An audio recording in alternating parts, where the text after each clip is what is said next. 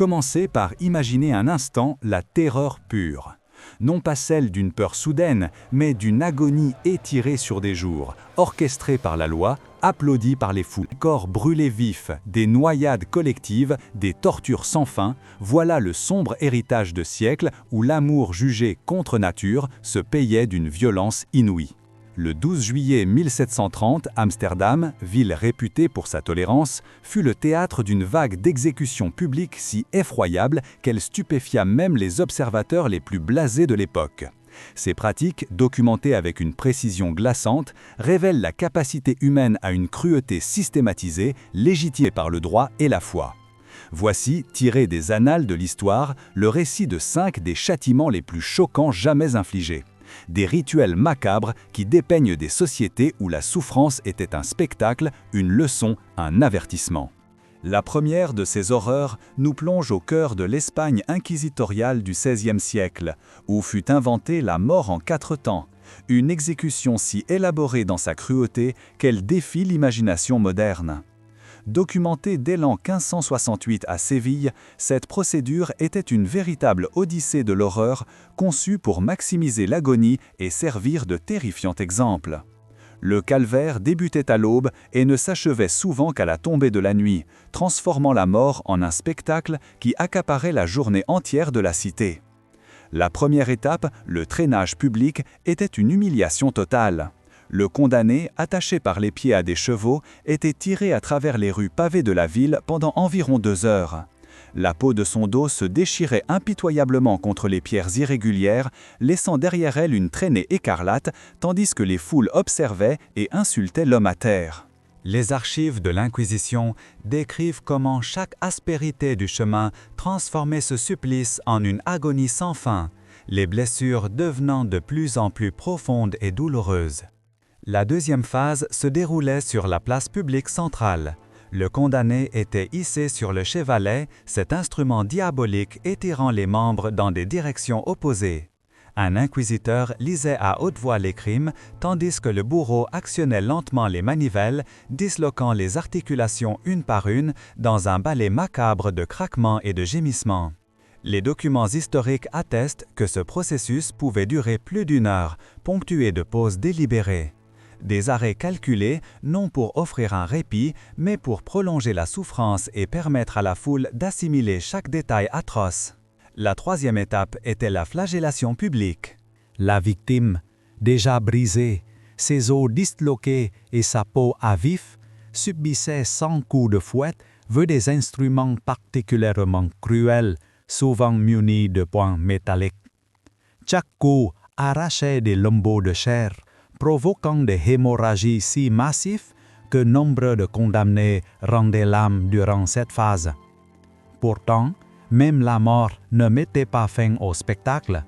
La procédure continuait sur le corps inêtre, car le spectacle public, ordonné par la loi, devait être mené à son terme. La 4e et ultime épreuve était la combustion sur le bûcher. Loin des bûchers rapides, les inquisiteurs espagnols avaient perfectionné une technique spécifique pour prolonger l'agonie. Le feu était maintenu à basse température et délibérément éloigné du corps principal, ne brûlant d'abord que les extrémités. Les témoignages contemporains décrivent comment ce processus final pouvait s'étirer sur plus de 40 minutes. Les cris perçants de la victime résonnaient dans toute la ville, un son inoubliable de douleur et de désespoir. Puis, pour la deuxième de ces histoires glaçantes, sautons au nord de l'Europe, vers Amsterdam, en l'an 1730. En 3 mois seulement, cette ville fut le théâtre d'un des épisodes les plus brutaux d'exécution de masse. Plus de 60 hommes furent exécutés par noyade. La méthode hollandaise, spécialement développée, combinait strangulation partielle et submersion pour une mort prolongée et terrifiante. Les condamnés étaient conduits à un quai spécifique du port d'Amsterdam, un lieu qui devint tristement célèbre sous le nom de jetée de la mort. Là, devant des foules se comptant par milliers, les hommes étaient impitoyablement enfermés dans de lourds sacs de toile, alourdis de grosses pierres. Avant que les sacs ne soient scellés, Une corde épaisse était serrée autour de leur cou, provoquant de graves difficultés respiratoires, une suffocation partielle, mais pas la mort immédiate.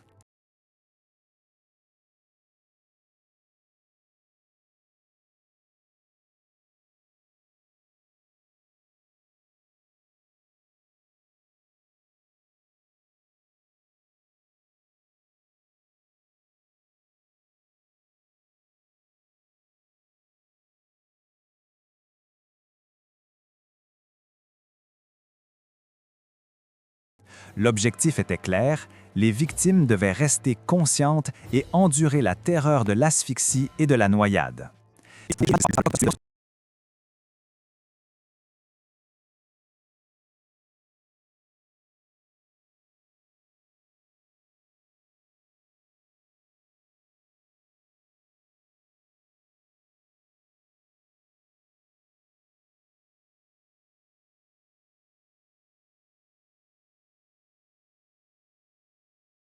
L'aspect le plus sidérant de cette punition résidait dans son caractère massivement collectif.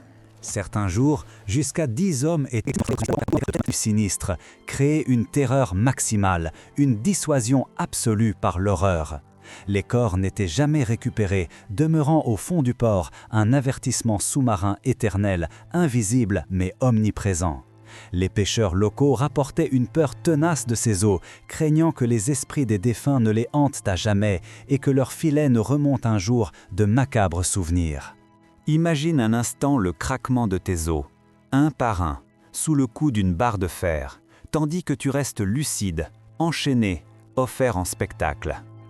Bienvenue en Prusse et dans d'autres États allemands du XVIIIe siècle où fut perfectionnée la roue de supplice, une invention diabolique réservée aux crimes les plus infâmes. Extensivement documentée dès l'an 1750, cette punition était l'apanage des offenses considérées comme les plus graves, incluant bien sûr les relations homosexuelles, surtout lorsqu'elles impliquaient la noblesse ou plusieurs individus. Le processus débutait avec le condamné, nu, solidement attaché à une grande roue en bois placée horizontalement sur une estrade. Le bourreau, armé d'une lourde barre de fer, commençait alors son œuvre. Chaque os du corps de la victime était méthodiquement brisé, un par un, en partant des doigts pour progresser vers les bras, puis les jambes. Entre chaque coup, des pauses délibérées étaient observées, non par compassion, mais pour prolonger l'agonie et maximiser la souffrance. Les archives judiciaires allemandes décrivent que cette phase initiale pouvait durer jusqu'à 3 heures, selon la sentence. Le nombre d'os à fracturer était déterminé avec une précision glaçante par le juge. Les peines les plus sévères exigeaient le brisement de chaque os du corps, y compris les côtes et les délicats os faciaux. Et durant tout ce temps, la victime restait pleinement consciente. Les bourreaux étaient d'une habileté macabre, évitant scrupuleusement les coups qui auraient pu causer une mort trop rapide. Une fois le corps transformé en un amas de chair et d'os brisés, la roue était tournée en position verticale. La victime, souvent encore vivante, était alors exposée publiquement pendant des jours. Attachée à cette roue dressée, elle était abandonnée aux intempéries, à la soif, aux mouches et aux attaques d'oiseaux charognards. La mort survenait finalement par une combinaison de chocs, de déshydratation et d'infection, un processus qui pouvait s'étirer jusqu'à 5 jours selon les documents de l'époque. Une attente interminable vers la délivrance. L'aspect le plus effroyable de cette punition était sa fréquence d'application simultanée. Les cas documentés décrivent jusqu'à 6 roues dressées côte à côte sur les places publiques, des victimes agonisant collectivement tandis que la population était forcée de passer quotidiennement devant ce spectacle d'horreur institutionnalisé. Les roues restaient ainsi dressées jusqu'à la décomposition complète des corps, un processus qui pouvait prendre des mois, transformant les places en sanctuaires macabres. Chaque aube apportait une nouvelle vision de ces silhouettes tordues, de ces visages défigurés par la douleur et la décomposition, un rappel constant de la punition réservée à ceux qui défiaient les normes. Maintenant, préparez-vous à plonger dans l'Empire ottoman, où, au XVIIIe siècle, les périodes conservatrices donnèrent naissance à une punition en 2 étapes, combinant mutilation et exécution prolongée d'une brutalité inégalée. Les documents de l'an 1760, provenant de Constantinople, décrivent cette méthode appliquée aux cas jugés particulièrement scandaleux par la cour ottomane. La première étape était une castration publique, exécutée sur la place centrale de Sultan Ahmet devant une foule silencieuse ou hurlante. Loin de toute procédure médicale, cette castration était délibérément brutale, menée sans anesthésie à l'aide d'instruments non affûtés pour maximiser l'indicible souffrance. La victime, maintenue éveillée et attachée à une structure verticale, était forcée de subir ce supplice sous les regards de tous. Après cette mutilation barbare, l'horreur n'était pas terminée. La victime était contrainte de marcher dans les rues principales de la ville, portant sur un plateau ses propres organes génitaux, tandis qu'un héros annonçait à tue-tête son crime. Cette procession d'humiliation pouvait durer des heures, le corps ensanglanté, chaque pas un calvaire. Des médecins accompagnaient spécifiquement le cortège, non pour soigner, mais pour s'assurer que la perte de sang ne provoque pas une mort prématurée. Ils appliquaient des traitements rudimentaires si nécessaire, dans le seul but de prolonger l'épreuve et de maintenir la victime en vie pour la suite du châtiment. La deuxième étape, généralement exécutée le lendemain, était l'empalement. La victime, à bout de force, était placée sur un pieu en bois dont l'extrémité était introduite par l'anus. Le bourreau ottoman, dans un macabre étalage de compétences, positionnait méticuleusement le pieu pour qu'il traverse le corps sans atteindre immédiatement les organes vitaux. L'habileté du bourreau se mesurait à sa capacité à prolonger la mort le plus longtemps possible. Les récits contemporains d'ambassadeurs européens décrivent des victimes survivantes sur leurs pieux jusqu'à 3 jours, le corps transpercé, luttant contre l'agonie. Le pieu était ensuite dressé verticalement et planté le long des routes principales menant à Constantinople, servant d'avertissement terrifiant aux voyageurs.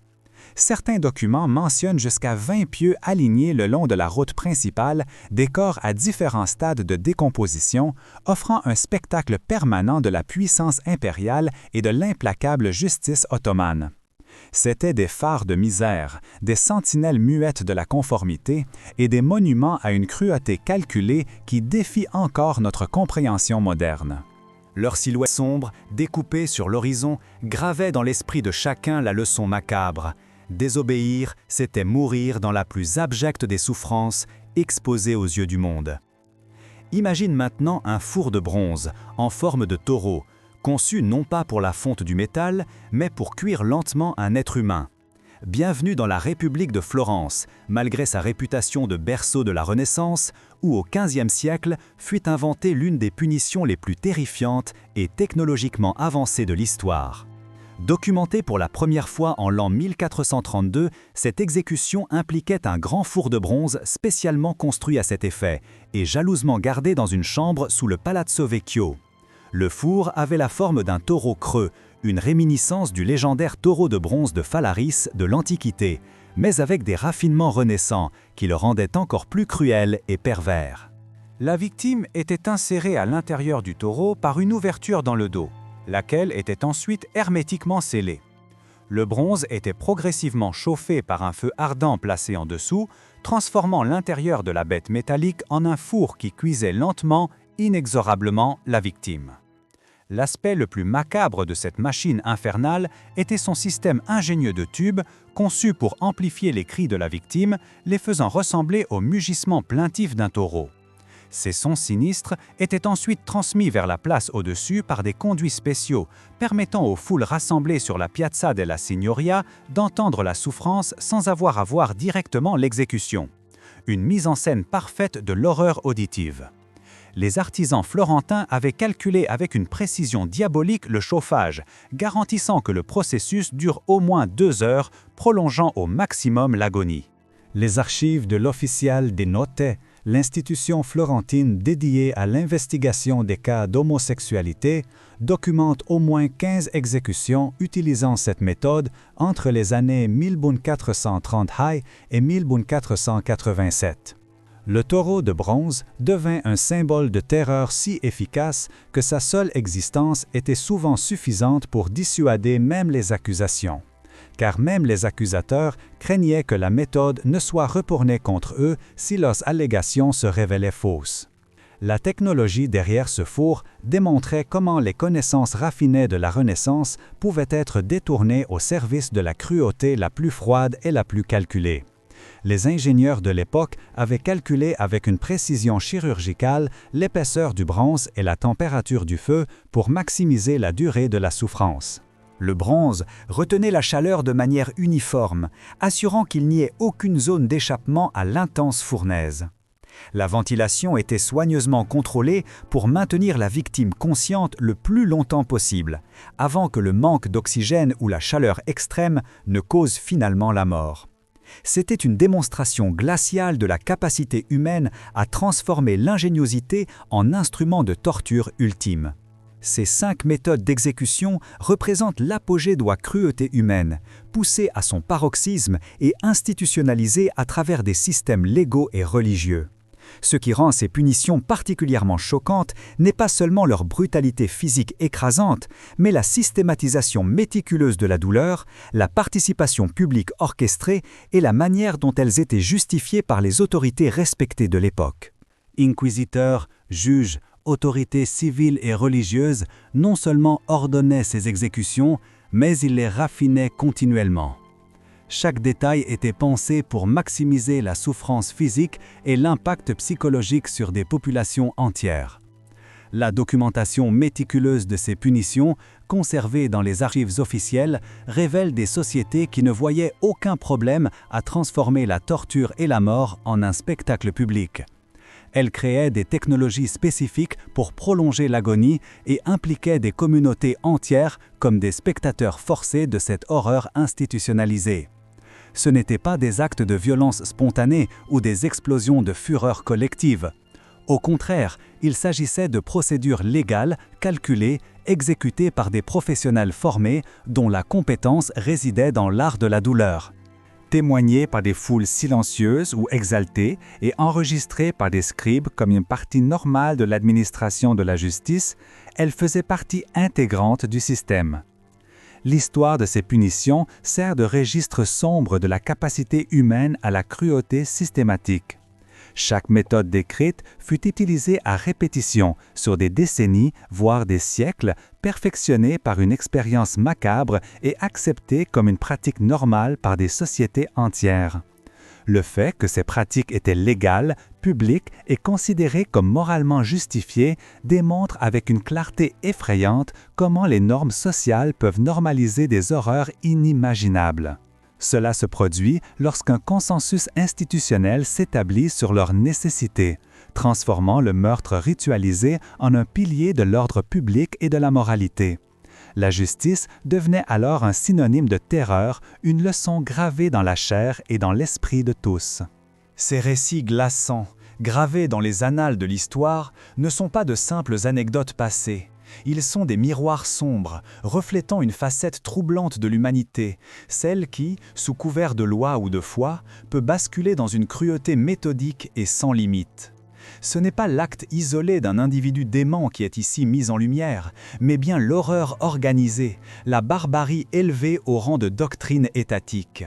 Ces pratiques, devenues des normes acceptées, nous rappellent avec force la fragilité des droits humains et la puissance dévastatrice des préjugés institutionnalisés. Lorsque des sociétés entières se convainquent de la légitimité de telles atrocités, la boussole morale se dérègle et le chemin vers la déshumanisation devient une pente glissante, dangereuse. Le rôle de la peur y était central. Peur de l'altérité, peur de ce qui est différent, peur de tout ce qui remet en question l'ordre établi. Cette peur, exploitée et alimentée par les autorités, a transformé des communautés en spectateurs passifs, parfois même en participants actifs à des drames indicibles. Elle a permis que la torture devienne un spectacle, la mort une leçon et la souffrance un outil de contrôle social. Les cris amplifiés du taureau de bronze, les corps brisés sur la roue, les bulles remontant des eaux glacées d'Amsterdam ou les silhouettes empalées le long des routes ottomanes étaient autant de rappels quotidiens de ce qui attendait ceux qui osaient s'écarter du chemin prescrit. Une terreur diffuse, omniprésente, qui s'infiltrait dans chaque foyer, chaque pensée. Ces pages d'histoire nous obligent à une introspection collective. Elles nous interrogent sur la manière dont les institutions, quelles qu'elles soient, peuvent dériver et légitimer l'intolérable. Elles soulignent l'importance vitale d'une vigilance constante face à toute forme de discours de haine, de discrimination et de stigmatisation, car ce sont là les premiers germes de ces dérives atroces. Aujourd'hui, il est impératif de se souvenir de ces horreurs non pas pour s'y complaire, mais pour en tirer de profondes leçons. La première est que la dignité humaine est inaliénable et universelle, quel que soit l'individu, ses croyances ou son orientation. Aucune loi, aucune religion, aucune idéologie ne peut justifier la torture ou la déshumanisation d'un être humain. La deuxième leçon est l'importance cruciale de l'éducation. C'est en comprenant les mécanismes qui ont conduit à de telles barbaries que nous pourrons mieux les reconnaître et les combattre dans nos propres sociétés. L'esprit critique, l'empathie, le respect de la diversité et la défense des droits fondamentaux doivent être les piliers de notre éducation, les boucliers contre le retour de ces ténèbres. Enseigner cette histoire, même dans sa crudité, c'est armer les générations futures contre l'obscurantisme et l'intolérance.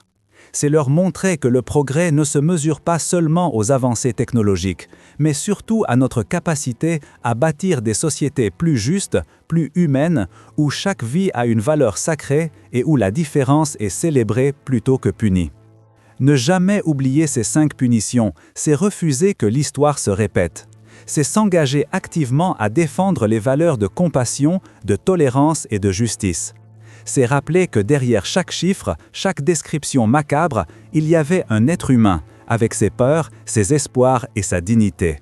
Puissions-nous toujours nous souvenir des leçons de la cruauté passée pour éclairer le chemin vers un avenir où de telles horreurs ne seront plus que de lointains échos, et où la seule justice que nous connaîtrons sera celle de l'humanité et de la bienveillance.